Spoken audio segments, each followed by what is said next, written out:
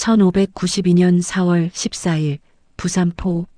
새벽 물안개가 걷히자 수평선이 검게 물들었다. 처음에는 한두 척인 줄 알았던 배들이 수백 척으로 늘어났다. 부산첨사 정발은 성벽 위에서 그 광경을 보며 온몸이 굳어지는 것을 느꼈다. 첨사 어른, 저 배들이. 파수꾼의 목소리가 떨렸다. 집결하라. 전 군사 집결. 정발의 외침이 부산 진성에 울려 퍼졌다. 하지만 그가 동원할 수 있는 병력은 고작 2천여 명. 반면 바다를 뒤덮은 일본 함대에는 고니시 유키나가가 이끄는 1만 8천 명의 정예군이 타고 있었다. 조총의 일제 사격이 시작되었다. 성벽이 부서지고 조선 군사들이 쓰러졌다. 정발은 칼을 뽑아들고 외쳤다. 물러서지 마라. 여기가 무너지면 조선 전체가 위험하다. 그는 선두에서 싸웠다. 화살이 빗발치고 적의 칼이 번뜩였다. 부산 진성은 치열한 격전지가 되었다. 하지만 압도적인 병력 차이와 조총이라는 신무기 앞에서 조선군의 용맹은 무력했다. 해가 중천에 떴을 때 정발은 적의 칼에 맞아 쓰러졌다. 그의 마지막 말은 이것이었다. 부산을 지키지 못했구나. 부산 진성은 하루 만에 함락되었다. 일본군의 조선 침략이 시작된 것이다. 1592년 4월 15일 동래. 부산 함락 소식은 곧바로 동래부사 송상현에게 전해졌다. 그는 즉시 동래읍성의 방어 태세를 강화했다. 여러분, 우리가 마지막 보루입니다. 한 걸음도 물러설 수 없습니다. 송상현은 53세의 문관이었지만 그의 결의는 무장 못지않았다. 그는 성문을 굳게 닫고 군사들을 격려했다. 다음 날 새벽 고니시 유키나가의 대군이 동래성 아래 도착했다. 일본군은 성문에 큰 글씨로 썼다. 전즉전 불전즉과 싸우려면 싸우고 싸우지 않으려면 길을 빌려달라. 송상현은 분노하며 직접 답을 썼다. 전사의 차로 난 싸우다 죽기는 쉬우나 길을 빌려주기는 어렵다. 일본군의 총공격이 시작되었다. 수천 명의 일본군이 성벽을 기어오르고 조총의 탄환이 빗발쳤다. 송상현은 칼을 들고 직접 전투에 참여했다. 조선의 선비는 무릎 꿇지 않는다. 격전이 이어졌다. 하지만 중과부적이었다. 오후가 되자 성벽 곳곳이 무너졌다. 송상현은 끝까지 싸우다가 적의 칼에 쓰러졌다. 그의 나이 53세, 조선의 충신이 장렬히 전사한 것이다. 동래성도 함락되었다. 일본군의 진격 속도는 상상을 초월했다. 1592년 4월 말 한성. 부산과 동래, 밀양, 대구가 연이어 함락되었다는 소식이 한성에 전해졌다. 조정은 공포에 휩싸였다. 선조는 창덕궁 대전에서 신하들을 급히 불렀다. 경들, 이 급박한 상황을 어찌하면 좋겠는가? 영의정 류성룡이 나섰다. 전하, 신립 장군을 보내 충주에서 적을 막아야 하옵니다. 신립은 조선 최고의 기병 장수였다. 여진족과의 전투에서 혁혁한 공을 세운 명장이었다. 그에게 8천 명의 군사가 주어졌다. 신립, 경에게 조선의 운명이 달렸소. 반드시 왜적을 막으시오. 명을 받들겠나이다. 신립은 급히 남아있다. 하지만 그가 미처 알지 못한 것이 있었다. 일본군의 조총이 기병에게 얼마나 치명적인지를. 1592년 4월 28일 충주 탕금대. 신립은 탕금대에 도착했다. 달천이 흐르는 이곳은 전략적 요충지였다. 부하 장수들이 건의했다. 장군, 세제를 지키는 것이 어떻겠습니까? 산악 지형을 이용하면 적은 병력으로도. 아니다. 신립이 단호하게 말했다. 우리는 기병이다. 평지에서 적과 맞서야 우리의 위력을 보여줄 수 있다. 하오나 적은 조총으로 무장했다고 하지 않습니까? 조총이 뭐 대단하다고. 우리 기병의 돌격 앞에서는 쓸모없을 것이다. 신립은 자신만만했다. 그는 평생 기병을 이끌며 싸워왔고 한 번도 패한 적이 없었다. 그 자신감이 화근이었다. 다음 날 새벽 고니시 유키나가의 선봉대가 도착했다.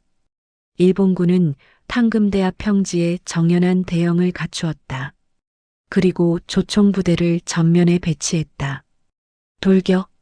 신립의 명령에 조선 기병들이 말을 몰았다. 천지를 진동하는 말발굽 소리. 수천 기의 기병이 일본군을 향해 돌진했다. 그때였다. 퍽! 퍽퍽퍽. 일제 사격. 수백 정의 조총이 일제히 불을 뿜었다. 말들이 쓰러지고 기병들이 낙마했다. 첫 번째 돌격대가 무너졌다. 이진 돌격. 신립은 멈추지 않았다. 하지만 결과는 같았다. 조총의 일제 사격 앞에서 기병 돌격은 무용지물이었다. 전투는 참혹했다. 8천 명의 조선군은 조총과 장창 부대의 일본군에게 완패했다. 오후가 되자 전장은 시체로 뒤덮였다. 신립은 마지막 남은 부하들과 함께 필사적으로 싸웠다. 하지만 더 이상 희망이 없었다. 그는 말에서 내려 달천을 바라보았다. 내가 조선을 지키지 못했구나. 그는 갑옷을 벗고 달천에 몸을 던졌다. 조선 최고의 명장이 자결한 것이다. 탕금대 전투의 패배로 한성으로 가는 길이 활짝 열렸다. 이제 일본군과 한성 사이에는 아무것도 없었다. 1592년 5월 2일 한성. 전하, 더 이상 지체할 수 없사옵니다. 피난하셔야 하옵니다. 류성룡이 간곡히 아뢰었다. 선조는 떨리는 목소리로 물었다. 짐이 한성을 버린다면 백성들은 어찌하라는 것이냐? 전하께서 살아계셔야 나라도 삽니다. 일단 북쪽으로 피난하시고 명나라에 원군을 청하셔야 하옵니다. 선조는 고개를 떨구었다. 왕으로서의 자존심은 무너졌지만 목숨을 부지하기 위해서는 도망쳐야 했다. 그날 밤 선조는 몇몇 신하들과 함께 몰래 한성을 빠져나갔다. 500년 도읍을 버리고 북쪽으로 도망치는 비참한 행렬이었다. 다음 날 아침 왕이 도망쳤다는 소식이 퍼지자 한성은 혼란에 빠졌다. 임금이 우리를 버렸다. 궁궐에 있는 재물을 나눠 가지자. 폭도들이 창덕궁과 경복궁으로 몰려들었다. 그들은 궁궐을 약탈하고 불을 질렀다. 500년 역사의 궁궐이 화염에 휩싸였다. 5월 3일 고니시 유키나가의 선봉대가 한성에 입성했다. 그들은 전투 한 번 없이 조선의 수도를 점령했다. 1592년 5월 4일 전라좌수영. 전라좌수사 이순신은 한성 함락 소식을 듣고 즉시 전투 준비를 명령했다. 정군 집결, 출전 준비. 수사얼은 육지가 이미 무너졌는데 바다에서 무엇을 할 수 있겠습니까? 부하 장수가 물었다. 바다를 지키면 남쪽을 지킬 수 있고 남쪽을 지키면 조선을 지킬 수 있다. 이순신의 목소리는 단호했다. 우리가 무너지면 적은 서해로 진격하여 한양을 완전히 포위할 것이다. 그렇게 되면 조선은 끝이다. 이순신은 밤새 작전을 구상했다. 촛불 아래 펼쳐진 해도 위로 그의 손가락이 움직였다. 옥포, 당포, 한산도, 남해안의 여러 해협과 섬들이 그의 머릿속에서 전장으로 변했다. 나루도 가까이 오게.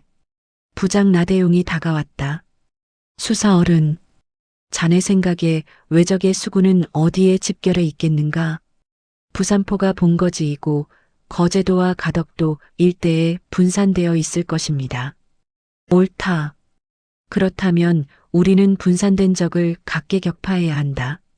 한꺼번에 모든 적을 상대할 수는 없으니 이순신의 전략은 명확했다. 일본 수군이 집결하기 전에 선제 공격하여 각계 격파하는 것.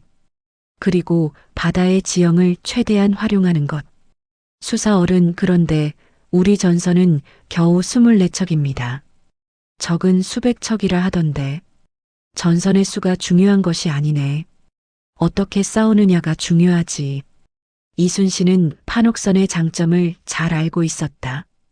판옥선은 일본의 세키부네보다 크고 튼튼했다. 그리고 무엇보다 화포의 사정거리가 길었다. 우리는 원거리에서 화포로 공격한다. 적이 접근하면 후퇴하며 다시 공격한다. 절대 적선과 저편하지 마라. 일본군은 백병전에 능하니 명확한 전술 지침이었다. 이틀 후 이순신은 출전했다. 24척의 판옥선이 전라좌수영을 떠나 남해로 향했다. 바람이 순조로웠다. 이순신은 배 위에서 하늘을 올려다보았다. 하늘이시여, 조선을 지켜주소서. 그의 기도는 간절했다.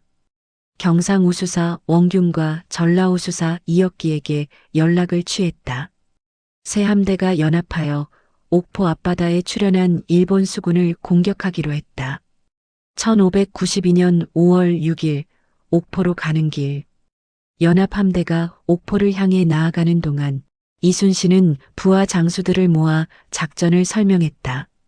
옥포는 좁은만이다. 적이 도망갈 곳이 없다. 우리는 만 입구를 봉쇄하고 안으로 들어가 적을 섬멸한다. 하오나 적의 수가 많으면 어찌합니까? 하객진을 펼친다. 적을 포위하여 화포 사격으로 격파하는 것이다. 하객진. 학의 날개처럼 좌우로 펼쳐져 적을 포위하는 전법. 이순신이 고안한 해전 전술이었다. 그리고 명심하라. 절대 흥분하여 적진 깊숙이 들어가지 마라. 항상 후퇴로를 확보하고 질서 있게 싸워야 한다. 부하 장수들은 고개를 끄덕였다. 이순신의 지휘는 치밀하고 신중했다. 그것이 그들에게 신뢰를 주었다. 밤이 되자 함대는 거제도 근처에 정박했다. 장수들은 각자의 배로 돌아가고 이순신은 혼자 남았다.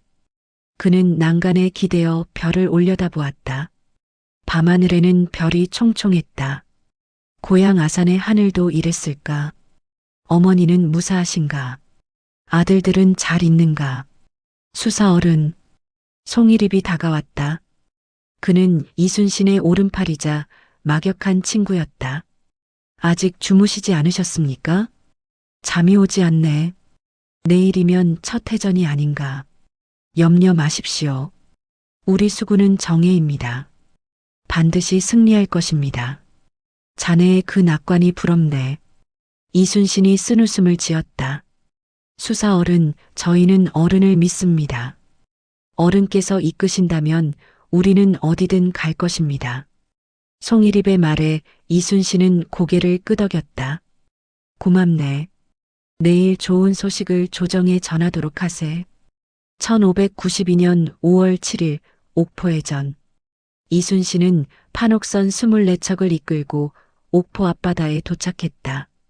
그곳에는 일본 전선 50여 척이 정박해 있었다.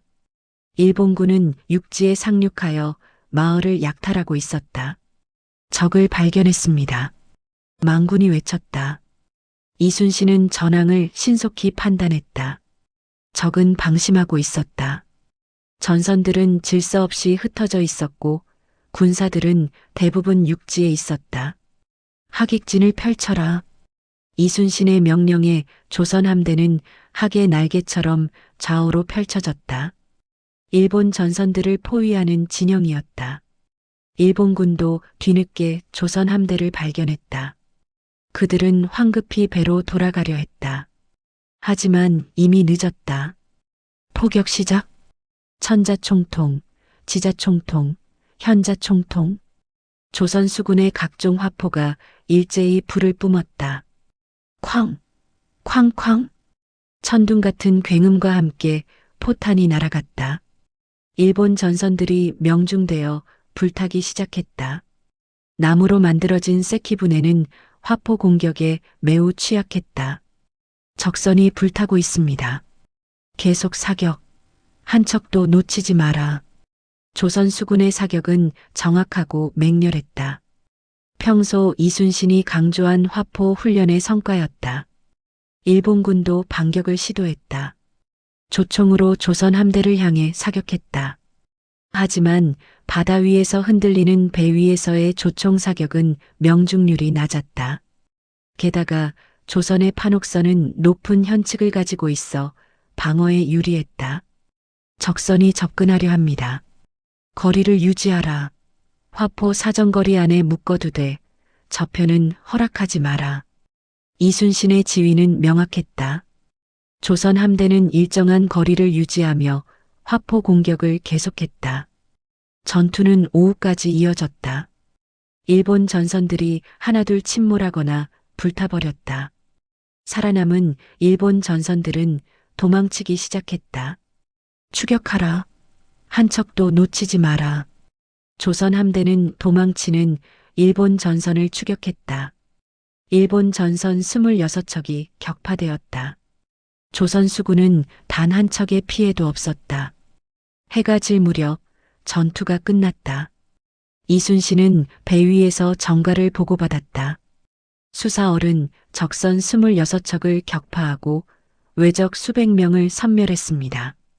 우리 쪽 전사자는 없고 부상자 10여 명입니다. 장하다. 모두 수고했다. 이순신의 목소리는 차분했지만 그의 눈빛은 빛나고 있었다. 첫 승리였다. 육지에서는 연전연패했지만 바다에서는 이길 수 있었다. 오늘의 승리를 자랑하지 마라. 이것은 시작일 뿐이다. 앞으로 더 많은 전투가 기다리고 있다. 부하들을 다독이며 이순신은 수경지로 돌아갔다. 그날 밤 이순신은 장계를 썼다. 신이 전선 24척을 이끌고 옥포 앞바다에서 외적을 격파하였사옵니다. 외선 26척을 불사르고 외적 수백을 베었사옵니다. 아군의 피해는 미미하옵니다. 조정에 올린 첫 승전보였다. 1592년 5월 중순 한성. 한성을 점령한 일본군 지휘부는 옥포 패전 소식을 듣고 당황했다. 조선 수군이 우리 전선 26척을 격파했다고? 고니시 유키나가가 믿을 수 없다는 표정으로 물었다. 그렇습니다. 이순신이라는 자가 지휘하는 조선 수군이 예상외로 강합니다. 육지에서는 우리가 압도적인데 바다에서 질 수는 없다. 수군을 증강하라. 하지만 이미 조선 수군의 위세는 퍼져나가고 있었다. 1592년 5월 29일 사천해전. 이순신은 연이어 승리했다. 하포, 적진포에서 일본 수군을 격파했다. 하지만 사천에서는 위기를 맞았다. 일본군이 해안의 좁은 수로로 조선 함대를 유인했다. 양쪽 언덕에 조총 부대를 매복시켜 놓았다. 적의 함정입니다. 조선 함대가 수로로 들어서자 양쪽에서 조총 공격이 쏟아졌다. 퍽퍽퍽. 총탄이 빗발쳤다. 판옥선의 높은 현측이 어느 정도 막아주었지만 갑판 위의 군사들이 부상을 입었다. 수사얼은 적의 사격이 너무 맹렬합니다. 후퇴한다. 천천히 질서 있게. 이순신은 침착하게 명령했다. 하지만 일본 전선들이 추격해왔다. 저들이 추격해옵니다. 바로 그때 이순신의 비밀병기가 등장했다. 거북선 출격. 이순신의 명령에 거북 모양의 지붕으로 덮인 특이한 배가 앞으로 나왔다. 거북선이었다. 거북선은 이순신이 전쟁 발발 직전에 완성한 돌격선이었다.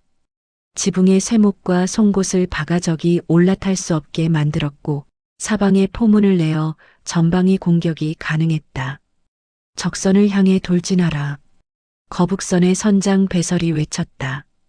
거북선은 앞머리의 용두에서 유황 연기를 뿜으며 일본 전선을 향해 돌진했다.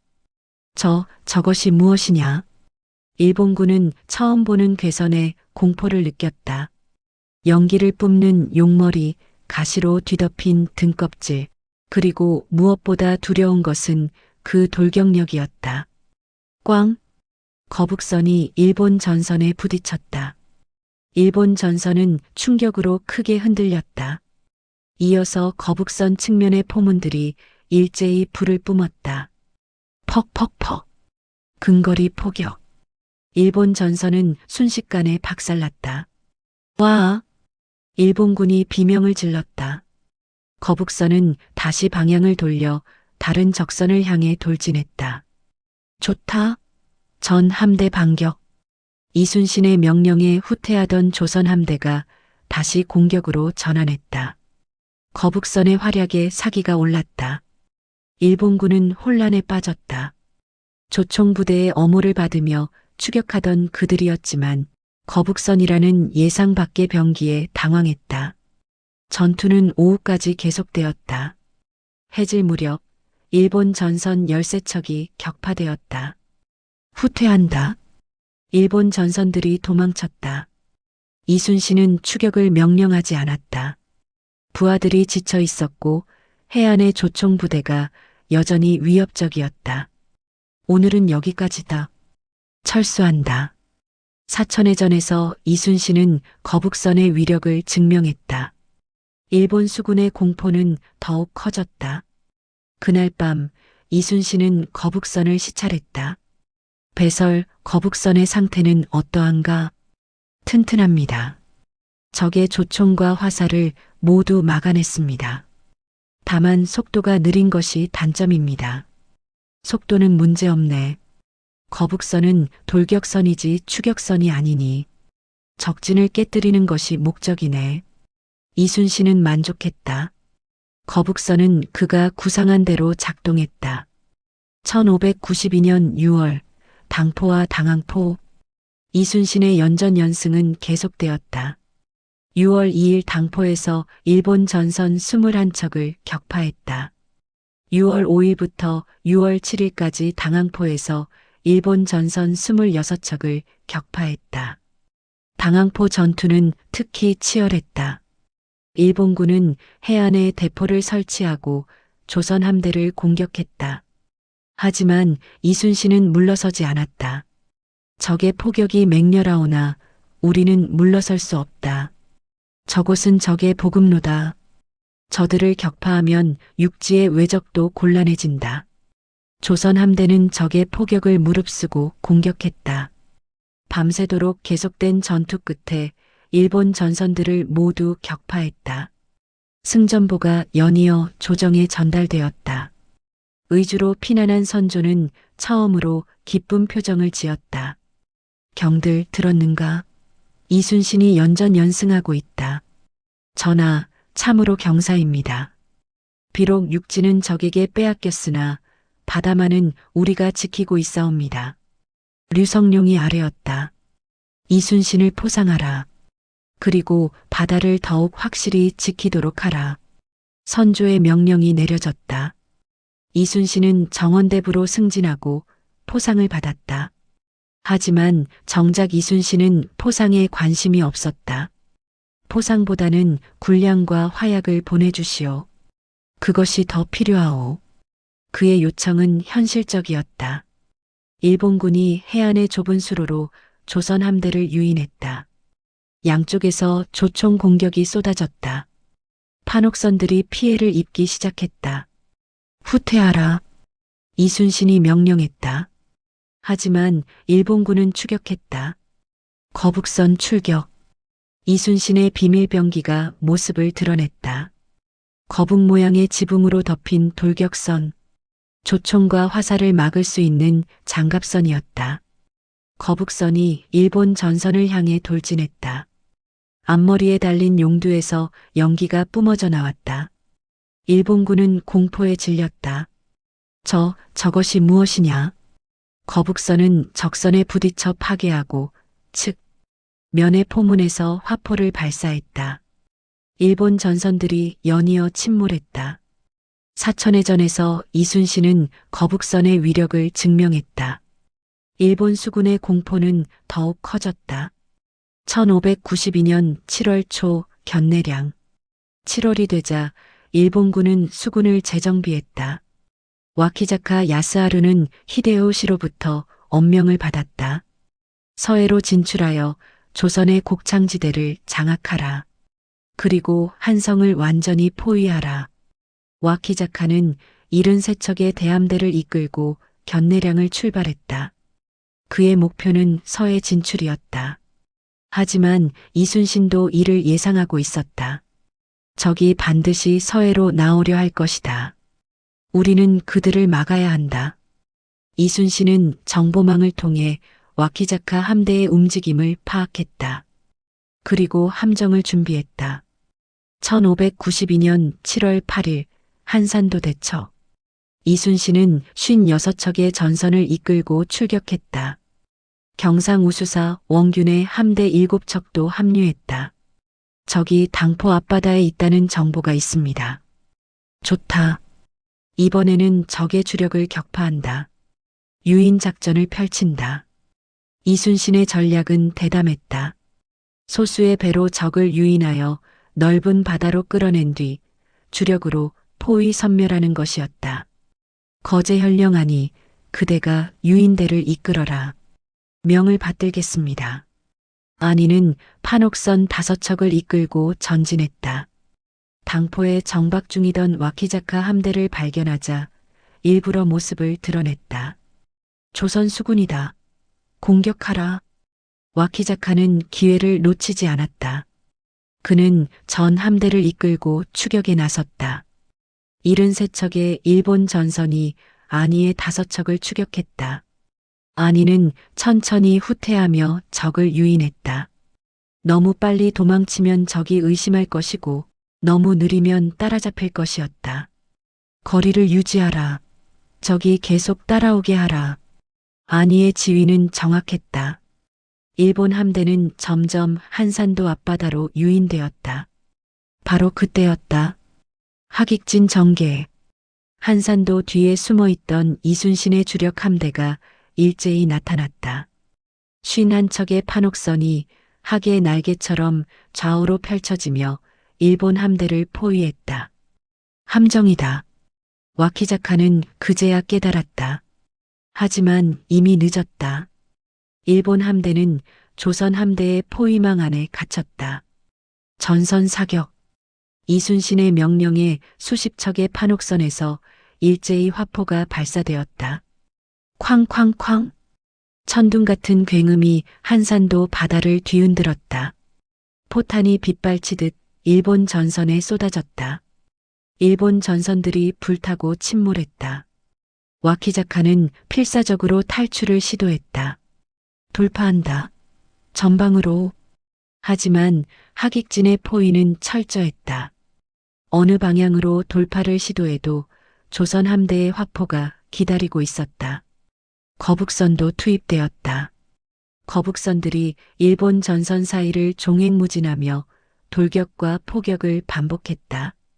저 괴물 같은 배를 막아라. 일본군이 거북선을 집중 공격했다. 하지만 거북선의 장갑은 조총과 화살을 모두 막아냈다. 전투는 오후까지 계속되었다. 바다는 침몰한 배의 잔해와 시체로 뒤덮였다. 수사어른, 적장이 도망가고 있습니다. 놓치지 마라. 추격하라. 조선 함대가 도망치는 일본 전선들을 추격했다. 하지만 와키자카는 간신히 탈출에 성공했다. 해가 질 무렵 전투가 끝났다. 이순신은 정가를 보고받았다. 적선 59척 격파, 적병 약 9,000명 섬멸, 아군 전사자 19명, 부상자 100여 명입니다. 장하다. 오늘의 승리로 적의 서해 진출은 완전히 좌절되었다. 한산도 대처. 조선 수군 최대의 승리였다. 이 전투로 일본군의 서해 진출 계획은 완전히 무산되었다. 승전보가 조정에 전달되자 선조는 크게 기뻐했다. 이순신이 적의 대함대를 격파했다. 이제 희망이 보인다. 전국의 백성들도 환호했다. 육지는 빼앗겼지만 바다는 우리가 지키고 있었다. 그것이 조선이 살아있다는 증거였다. 와키자카는 14척만 이끌고 부산으로 도망쳤다. 그는 히데요시에게 보고해야 했다. 조선 수군이 예상외로 강합니다. 특히 이순신이라는 장수가. 히데요시는 분노했다. 그렇다면 더 많은 전선을 보내라. 조선 수군을 격파하라. 하지만 말처럼 쉽지 않았다. 이순신은 일본 수군의 악몽이 되어 있었다. 1592년 9월 1일 부산포해전. 이순신은 일본 수군의 본거지인 부산포를 직접 공격하기로 결심했다. 적의 심장을 찌르겠다. 부하 장수들은 반대했다. 수사얼은 부산포는 위험합니다. 적의 본거지이고 육지에도 대포가 많습니다. 그렇기 때문에 가야 한다. 적의 본거지를 공격하면 그들은 더 이상 바다로 나올 엄두를 내지 못할 것이다. 이순신의 결정은 확고했다. 조선 함대 166척이 부산포로 향했다. 전라좌수영, 전라우수영, 경상우수영의 모든 전력을 동원한 대규모 작전이었다. 부산포에는 일본 전선 470여 척이 정박해 있었다.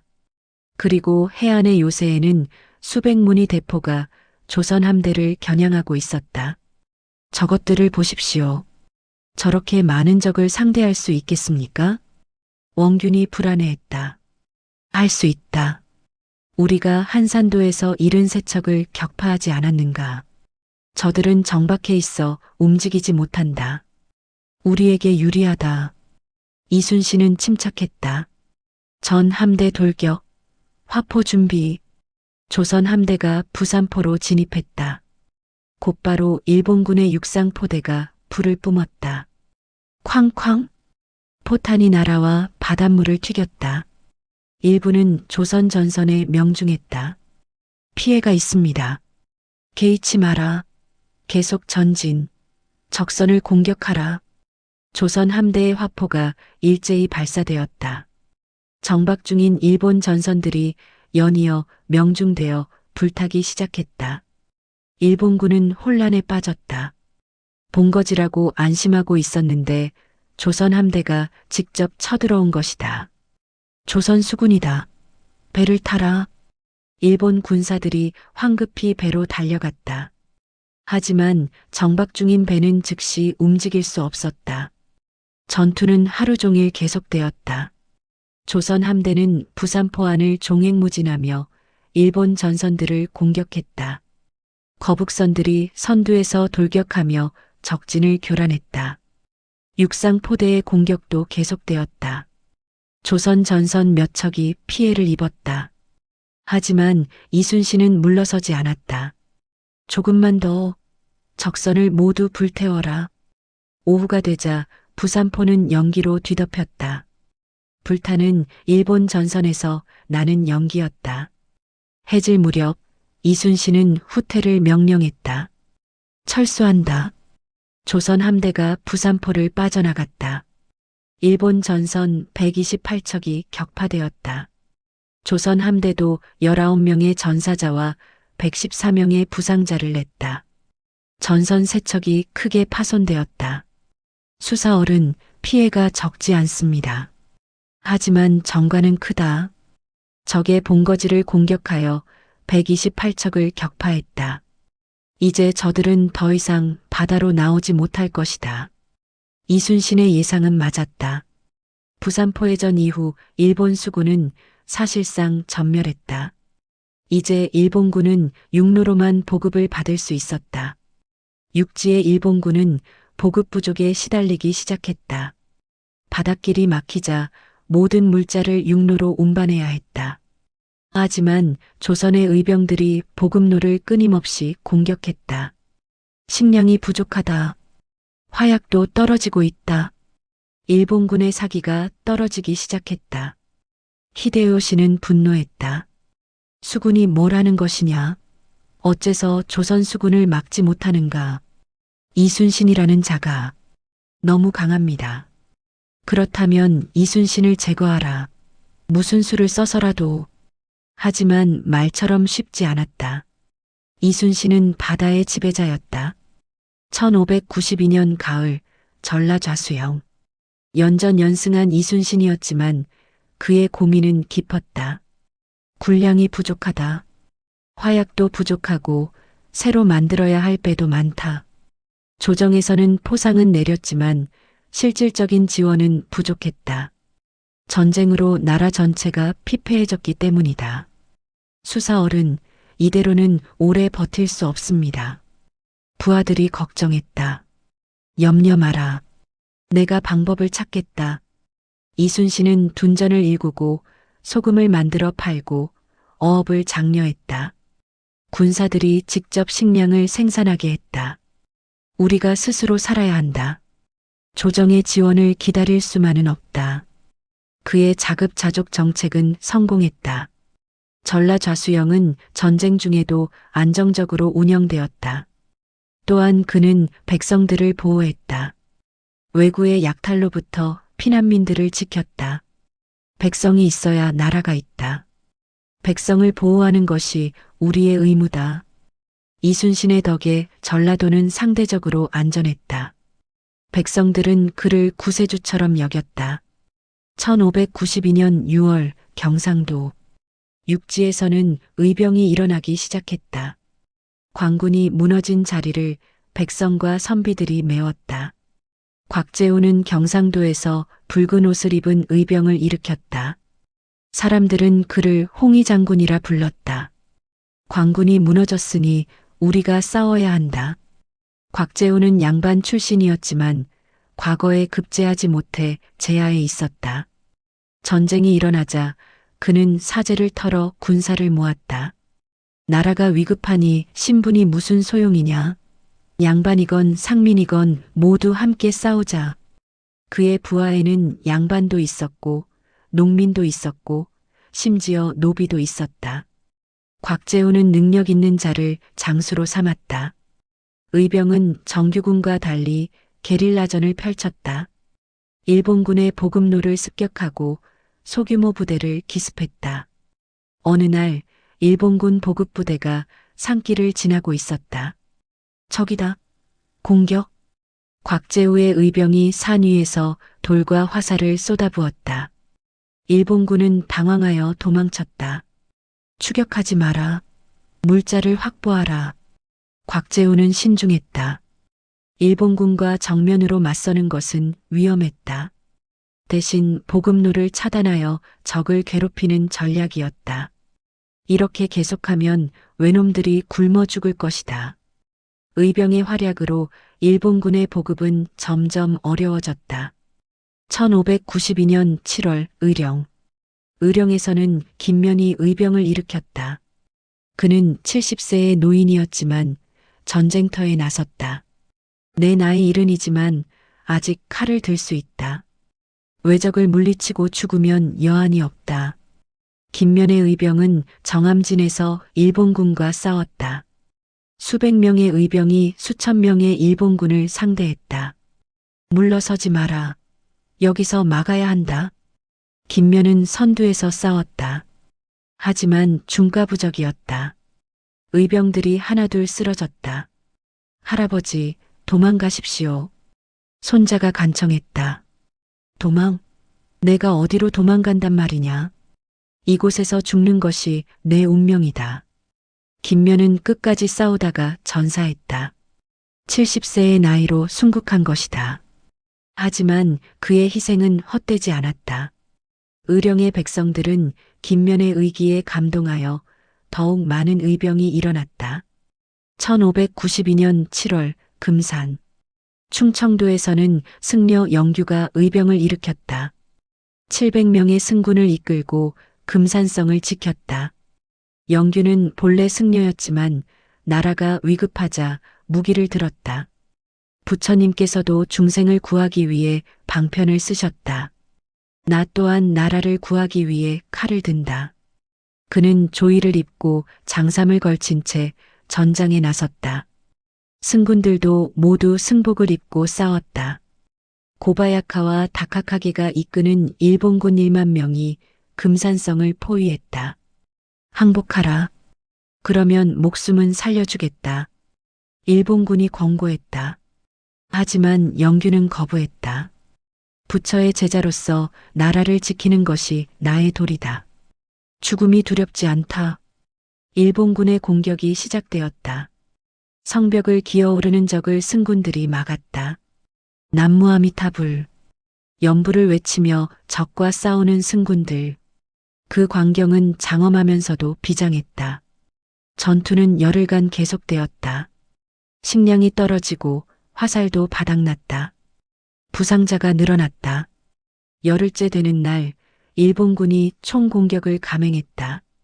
수천 명의 일본군이 일제히 성벽을 넘었다.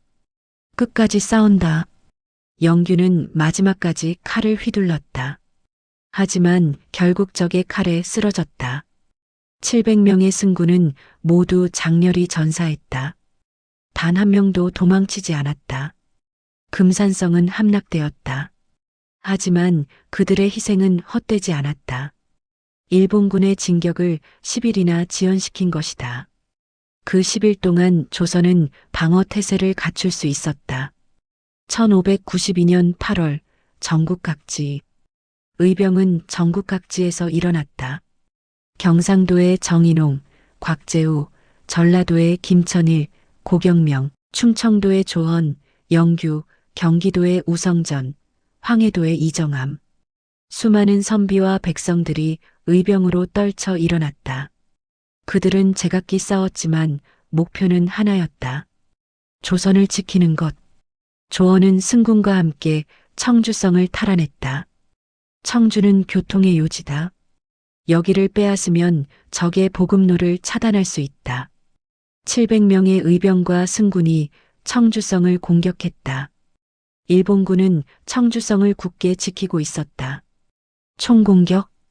치열한 전투 끝에 청주성을 탈환했다. 성군의 첫 번째 성 탈환이었다. 하지만 기쁨도 잠시 일본군의 반격이 시작되었다. 우키타 히데이에가 2만 대군을 이끌고 청주로 향했다. 적이 너무 많습니다. 후퇴해야 합니다. 부하들이 간청했다. 후퇴? 우리가 후퇴하면 청주는 다시 적의 손에 떨어진다. 여기서 싸운다. 조헌은 금산에서 일본군을 맞았다. 700명으로 2만을 상대하는 무모한 싸움이었다. 우리가 여기서 적을 막으면 적어도 며칠은 시간을 벌 수 있다. 그 시간이면 조정에서 군사를 보낼 것이다. 하지만 현실은 냉혹했다. 700명의 의병은 일본군의 압도적인 화력 앞에 무너졌다. 조헌도 전사했다. 영규와 조헌. 두 의병장은 모두 금산에서 장렬히 순국했다. 금산은 의병의 성지가 되었다. 1592년 가을, 의병의 의미. 의병은 전쟁의 흐름을 바꾸었다. 일본군은 주요 도시를 점령했지만 지방을 장악하지 못했다. 의병이 끊임없이 저항했기 때문이다. 일본군 지휘관들은 고민에 빠졌다. 도시는 점령했는데 보급로가 안전하지 않다. 어디서 튀어나올지 모르는 의병들 때문에 군사를 분산 배치해야 한다. 이래서는 북진할 수 없다. 의병의 게릴라전은 일본군을 지치게 만들었다. 정규전에서는 일본군이 압도적으로 우세했지만 게릴라전에서는 고전했다. 조선의 백성들은 의병을 지원했다. 식량을 제공하고 정보를 전달했다. 일본군의 동향을 알려주고 은신처를 제공했다. 백성이 의병을 돕는다. 이것이 바로 민심이다. 류성룡은 이 소식을 듣고 감격했다. 비록 광군은 무너졌으나 백성들이 일어났다. 조선은 아직 살아있다. 의병의 봉기는 조선이 망하지 않은 이유 중 하나였다. 백성들이 스스로 나라를 지킨 것이다. 1592년 8월 의주. 의주로 피난한 선조는 명나라에 구원을 요청했다. 명 황제 폐하께 아뢰옵니다. 조선이 외적의 침략을 받아 존망의 위기에 처했사옵니다. 부디 구원병을 보내주소서. 명나라 만력제는 조선의 요청을 받아들였다. 조선이 무너지면 다음은 명나라 차례였기 때문이다. 조선을 도우라. 5천 명의 군사를 먼저 보내고 이어서 대군을 파견하라. 명군의 파병이 결정되었다. 1592년 10월 평양성 전투. 일본군은 평양성까지 진격했다. 고니시 유키나가가 평양성을 점령하고 주둔했다. 명군 제독 조승훈이 5천 명의 명군을 이끌고 평양성을 공격했다. 평양성을 탈환한다. 하지만 조승훈은 일본군을 과소평가했다. 고니시의 정예군은 조총과 장창으로 무장하고 있었다. 전투는 명군의 참패로 끝났다. 조승훈은 전사하고 명군은 패주했다. 명군도 별것 아니구나. 일본군의 사기가 올랐다. 하지만 이것은 시작에 불과했다.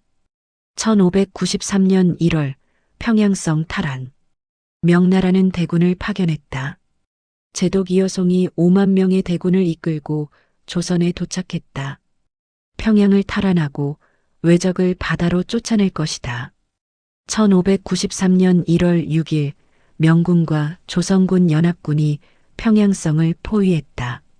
성 안에는 고니시 유키나가의 1만 6천 명이 주둔하고 있었다. 총공격? 이여송의 명령에 명군이 일제히 공격을 시작했다. 수만 발의 화살이 날아들고 대포가 성벽을 두드렸다. 고니시의 군대도 필사적으로 저항했다. 조총 사격으로 명군에게 큰 피해를 입혔다. 하지만 압도적인 병력 차이를 극복할 수 없었다. 이틀간의 격전 끝에 평양성이 함락되었다.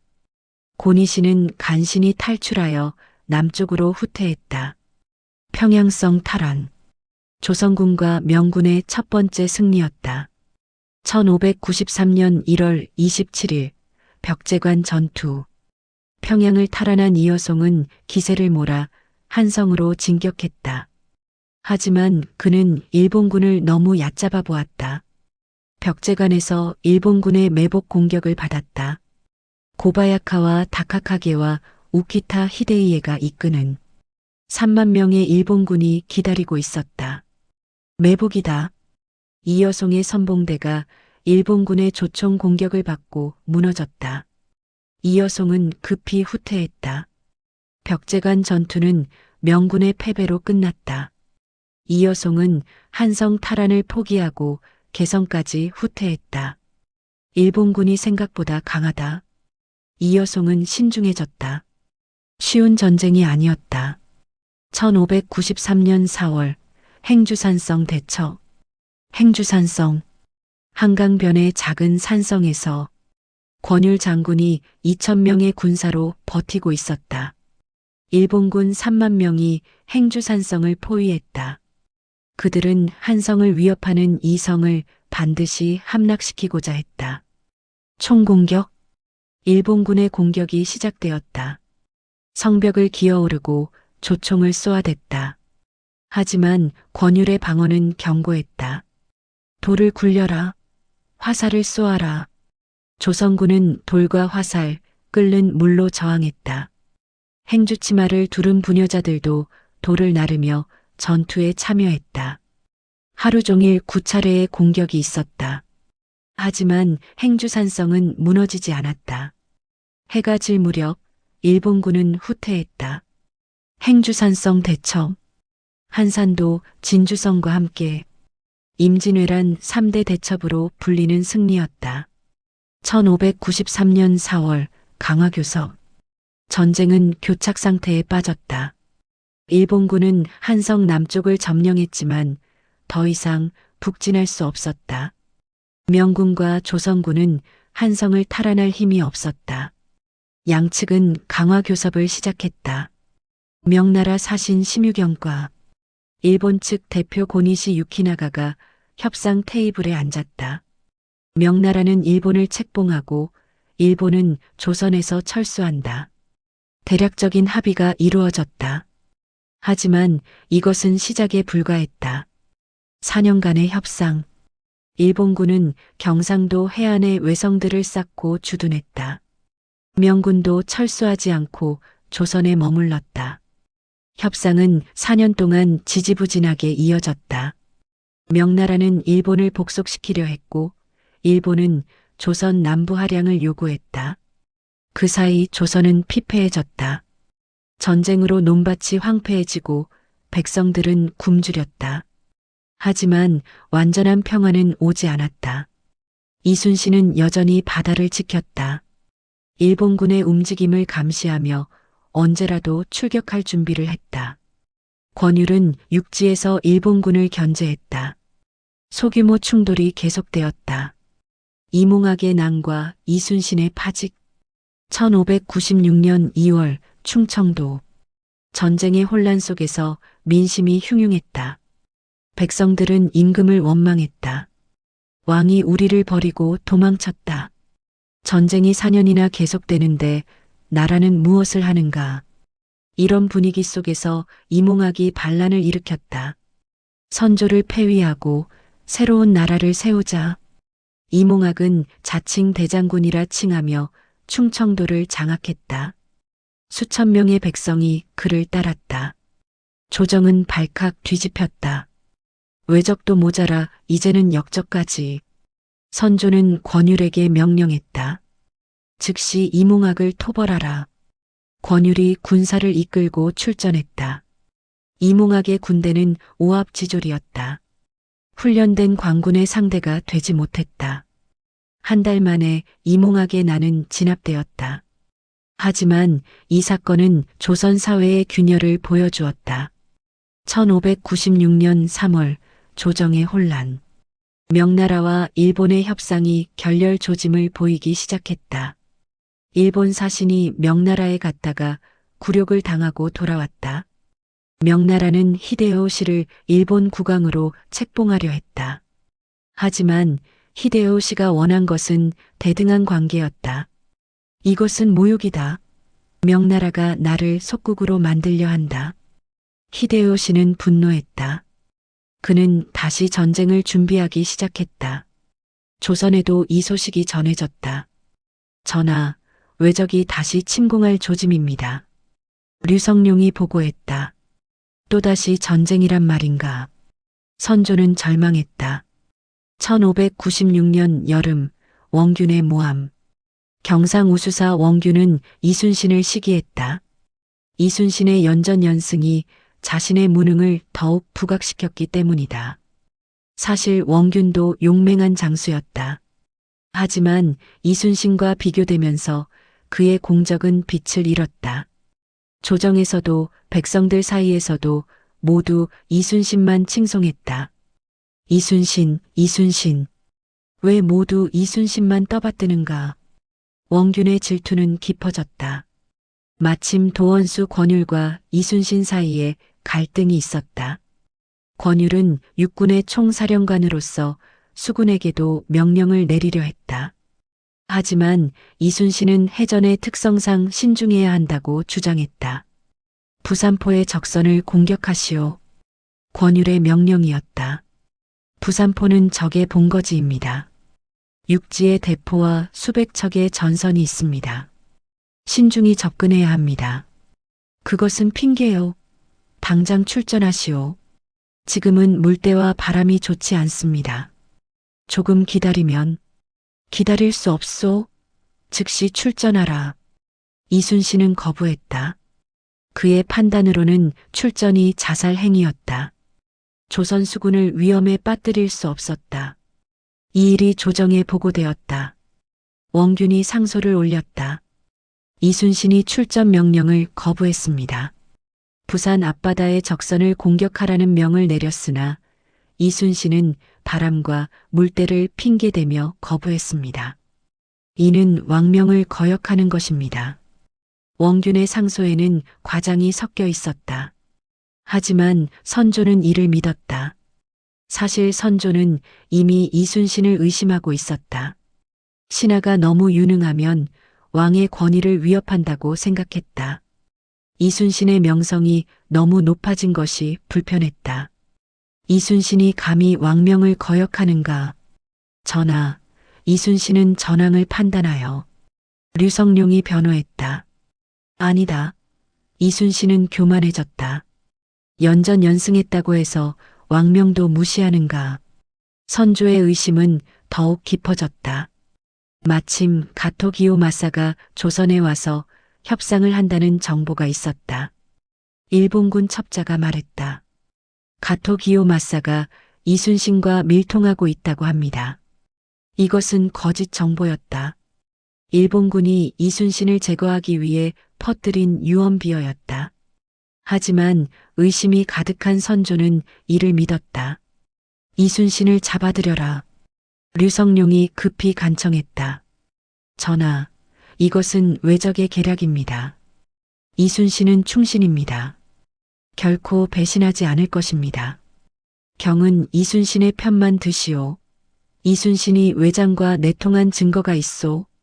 무슨 증거입니까? 가토 기요마사가 왔다는 정보가 있었는데 이순신은 그를 잡지 않았소. 이것이 의심스럽지 않소?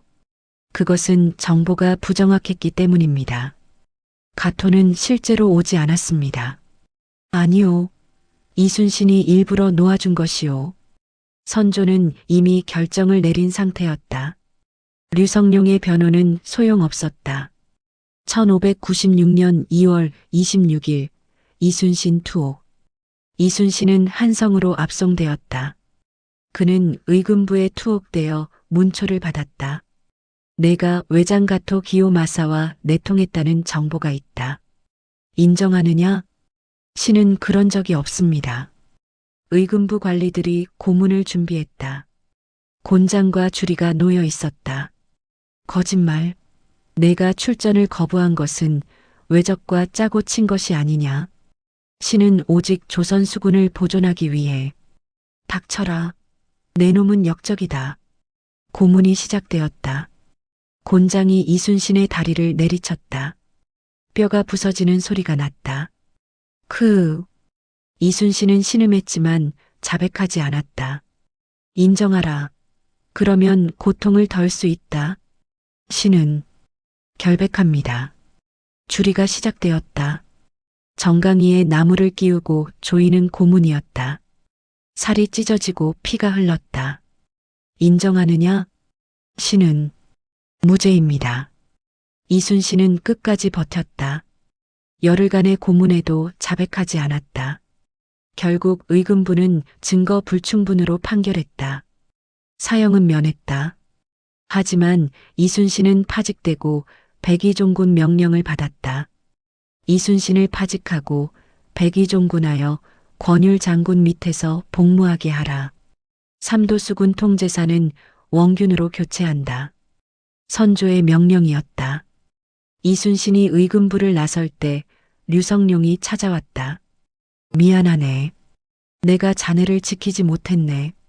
류성룡의 눈에는 눈물이 맺혀 있었다. 영의정께서 잘못하신 것이 없습니다. 모두 신의 부덕함 때문입니다.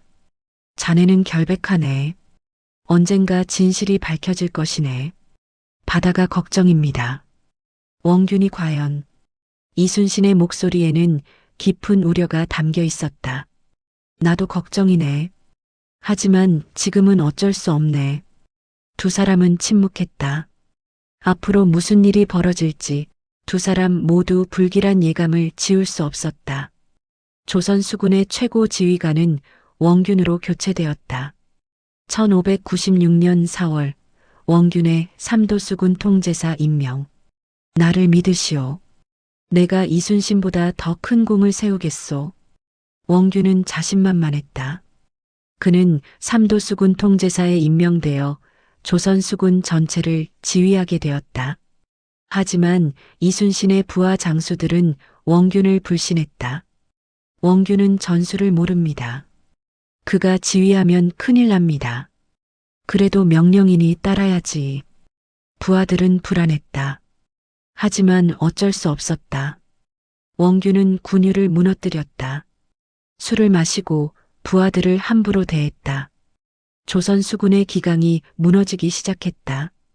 정유재란의 전야 1596년 가을 일본 나고야성에서 도요토미 히데요시는 분노에 떨고 있었다. 명나라가 나를 속국으로 만들려 했다. 용서할 수 없다. 그는 다시 조선 침공을 명령했다. 이번에는 명나라까지 정복할 것이다. 조선을 완전히 짓밟고 명나라로 쳐들어가라. 일본 전역에서 군사가 동원되었다. 14만 명의 대군이 조선 침공을 준비했다. 1596년 12월 조선은 전쟁 재개를 알고 있었다. 하지만 준비가 부족했다. 4년간 뭘 한 것입니까? 군사는 부족하고 무기도 낡았습니다. 장수들이 불평했다. 그동안 명나라와 일본이 협상한다고 했으니 변명뿐이었다. 조선은 또다시 준비되지 않은 채로 전쟁을 맞이하게 되었다. 이순신은 백의종군하며 권율 장군 밑에서 일개 군졸로 복무하고 있었다. 그는 바다를 그리워했다. 조선 수군이 걱정이다. 원균이 제대로 지킬 수 있을까? 하지만 그는 아무것도 할 수 없었다. 다만 기다릴 뿐이었다. 1597년 1월 부산. 일본군이 다시 부산에 집결하기 시작했다. 가토 기요마사, 구로다 나가마사, 모리 테루모토 등 일본 최고의 장수들이 모였다. 이번에는 반드시 조선을 정복한다. 일본군의 사기는 높았다. 그들은 4년 전의 경험을 바탕으로 더 치밀하게 준비했다. 조선 수군의 상황도 파악했다. 이순신이 파직되고 원균이 통제사가 되었다고 하지 않는가? 좋은 기회다. 원균은 이순신만 못하다고 들었다. 일본 수군도 재건되었다. 도도 다카토라가 새로운 전법을 개발했다. 이번에는 조선 수군을 격파할 것이다. 1597년 2월 한반도는 다시 전쟁의 그림자에 휩싸였다.